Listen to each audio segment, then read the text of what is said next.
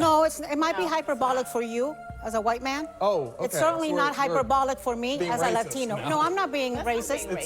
Being a white man is an insult? When you invoke it to dismiss my... Being a white man is an insult? When you invoke it... Do you think Latinos are living under circumstances that other people may not be right now in this country? I'm wrong because I'm a white man. She just said, I see it differently. I said, I see it differently. She said, I see it differently from you, which is not an insult. It's not, and it's also not a racial insult. And the doomsday alarm from Democrats or from media critics is always at a 10. It doesn't hit the same, honestly. And what I will say is that Republicans' product policies absolutely are incredibly popular. Yeah, when you guys stuff. Hello, everybody. Guys, let's get right into this segment. We got another gay Republican just humiliating himself as he bootlicks for a party that just thinks he's subhuman and shouldn't even exist. It's always amazing for me to see these kinds of people just straight sellouts for a buck. Check this out.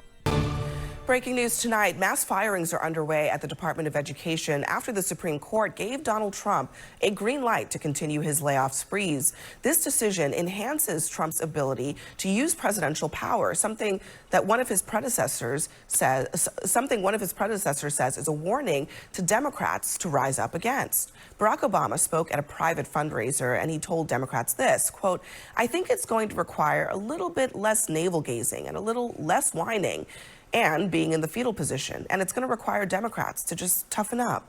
Brad Palumbo is with us at the table. President Obama at these events often has some advice.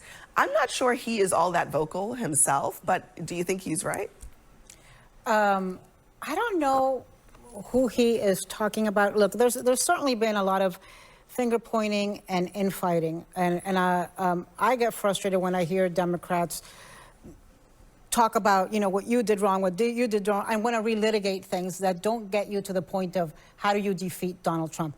But I actually think, having been at the No Kings protests with a lot of Democrats, last month, a few weeks ago, there were protests in thousands of cities, millions of people out there protesting in small cities and big cities, small protests and huge protests, defying the fear, defying the reign of terror and retribution that Donald Trump is trying to impose on America. And so I think people are doing it. I don't know that this idea of let's find a messiah that leads Democrats out of the wilderness is going to work. I think he's right on that. But I see daily people rising up, amplifying the abuses that are happening under this administration and fighting back in their own ways, whether it's on social media, whether it's showing up in a protest, whether it's showing up to vote in some of these special elections. I see them doing it. No, I mean, I understand what you're saying. I think you're definitely being hyperbolic. You talk about a reign of terror. When the doomsday alarm from Democrats or from media critics is always at a 10,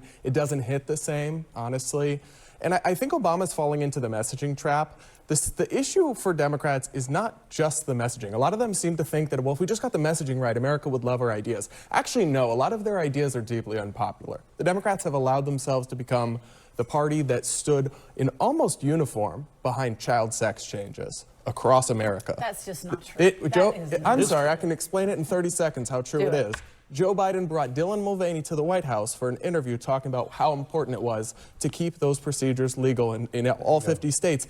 Every Democrat, after the recent Supreme Court decision, almost every Democrat in Washington put out a statement decrying it, that states would dare regulate puberty blockers being given to 11 or 12-year-olds. On the border, on inflation, there are many issues where it's not a messaging issue. The policy is also the problem for Democrats. So Listen, Papi, I don't want to hear the word kids or children coming from Republicans when Trump is your daddy. Speaking about kids, seems like your cult leader Trump may have an issue controlling himself around them. What say you, crazy eyes? Like, this is the thing. Democrats come from a place of empathy and trying to make everyone feel accepted and welcomed. I'd rather start off that base than one of cruelty and bigotry and just truly noxious behavior any day of the week. What I would say is that on that piece, that is not true. Democrats did not campaign on that. Did Democrats defend the dignity of the LGBTQ, including the trans community? Yes, and they will continue to do that. What I will say, what I will say is that Republicans totally used that issue, completely weaponized, lying about what Kamala was running on, lying about what Democrats were lying on, and they did it brilliantly, and we didn't fight back enough. I think they were that nasty. absolutely is I think true. they were toxic now, in their rhetoric, but it what I wasn't also a will say, lie. and what The underlying claim is you not a lie. see in all of the polls, is that Democratic policies absolutely are incredibly popular. Yeah, when you promise free stuff. Why didn't you guys win last year? Making sure to keep millions of people so that they can have their health care, so they're not kicked off of their health care, making sure that people who are seniors and ineligible for veterans Medicaid be and removed? children be able to eat, because Republicans want to steal the food, taking it out of their Serious mouth. question. Should people who are ineligible Democrats for want Medicaid be to removed? defend that. Should people who are ineligible, for example, their income is too high? Who do you mean well, the are CBO ineligible? estimates that The question needs to be reversed in that situation when asked, should people who need Medicaid, right? Should people who need Medicaid get it cut so that the rich can buy whatever garbage their empty, soulless ass needs or wants? That's the question she should have put back on him. And he said, yeah, when you offer free stuff. It's such a Republican thing to say, as they literally rip away health insurance from some of the poorest people in this country to give tax breaks to the super rich. So free stuff is bad, but stealing from the most who need it, that's all good.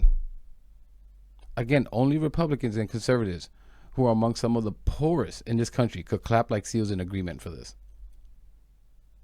And by the way, free stuff, what do you mean? We pay taxes.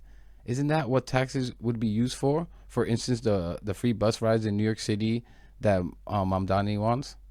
Like, these people are... Millions of the people who would be removed by the Big Beautiful Bill, it's a fact, people would lose their health care. It's because they are literally ineligible for Medicaid because of the income requirements. Well, It is. Hold on a second. Let me just make one quick point on that, and then I'll let you in, Phil. I mean, I think it would be a little disingenuous to suggest that that is the bulk of the people. Several million. But I mean, out of 11, somewhere between 11 and 17 million Americans are estimated to be losing their insurance. That population is not a majority. It's not the lion's share. So there are a bunch of different types of people who would lose insurance, and most of them are not ineligible. But Phil, you were joining in. Yeah, thanks. I think, first of all, there's no way in the world to say that Democrat policies are winning the day. They're not.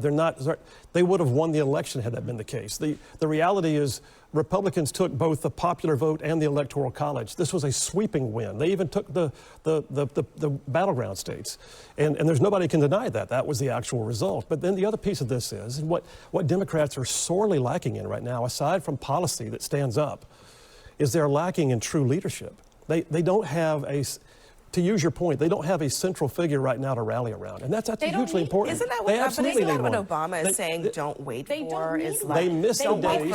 Someone person. You have to wait for one person, but right now, who is the leader? There is no one right now who is saying to the world, "I lead the Democrat cause, and I will rally everybody up, and I will bring them to the next." If we actually needed that, then we would not be winning special elections. You do need left that. and right and everywhere across the country. You are not, absolutely. And you know why? That's not unprecedented. It's because the candidates are running on the policies that are kicking Republicans. Chair Michael, go ahead. They are not. Chair Michael, go ahead. Hold on a second. Chair Michael, go ahead, and then we'll go back to that. It's not unprecedented when a party has had a sweeping electoral victory for the opposite party that's in a minority to see successes in some of these off elections. You know that as a strategist as well as I do. Okay, but what does that mean? You said that if Democratic policies were winning the day, we would have won the election. You guys would have. Okay, well, we're winning elections now. So why can't you say our policies are winning the day? What elections are you winning? Hold on a second. You can't have it Hold on a You don't have anything second. sweeping a mandate. Hold on, Phil and Chair Michael. Hold on a second. I mean, Maria,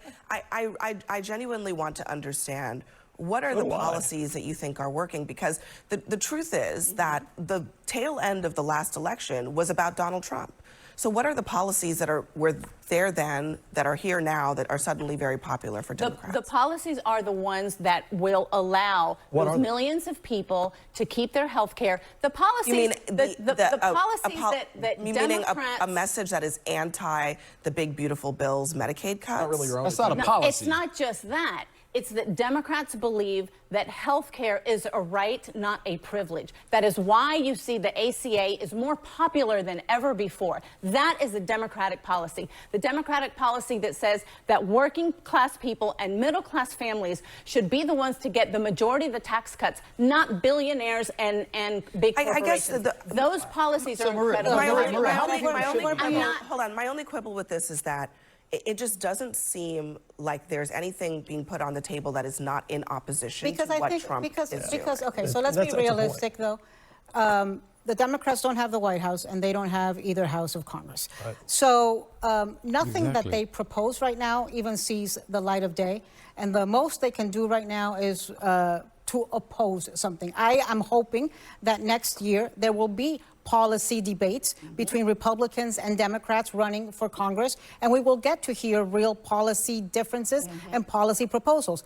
Also, I want to respond to you saying that I was hyperbolic when I talked about a reign of terror. That is hyperbolic. No, it might be hyperbolic for you as a white man. Oh, okay. It's certainly not hyperbolic for me as a Latino. now. No, I'm not being racist. It's incredible to dismiss my opinion for being a white No, man. I'm not is dismissing racist. your opinion. I am Yes, telling you you are. that what the Latino community, the brown community disagree with you. in You do not America. speak in one voice Okay, for well, them. let me speak with my voice. I mean, you said I was being hyperbolic. Let me insulted me respond. racially, sure. I'm not. You being a white man as an insult? When you invoke it to dismiss my Being opinion, a white man yes. as an insult? When you invoke it, Are you? as Do an you argument. think? Do you think Latinos are living under circumstances that other people may not be right now in this country? We're about to have a whole conversation about that very thing. But I just want to make a point that, Brad, all she's saying is that her view of the situation is different from yours. I don't think that's an insult. She basically said I'm wrong because I'm a white man. She just said I see it differently. I said I see it differently. She said I see it differently from you, which is not an insult. It's not, and it's also not a racial insult. It's also not an explanation why I'm wrong. But we have a lot more to discuss on this very. So the segment ends there. These people are just gross. Like, to try to play the victim there and act like what she said was what she was being racist towards you. To act like he's offended by that. Again, but he's a gay Republican. To be offended by that, but be a gay Republican, again, a party that wish you didn't exist, is incredible. This is what Republicans always do when it comes to these racism conversations.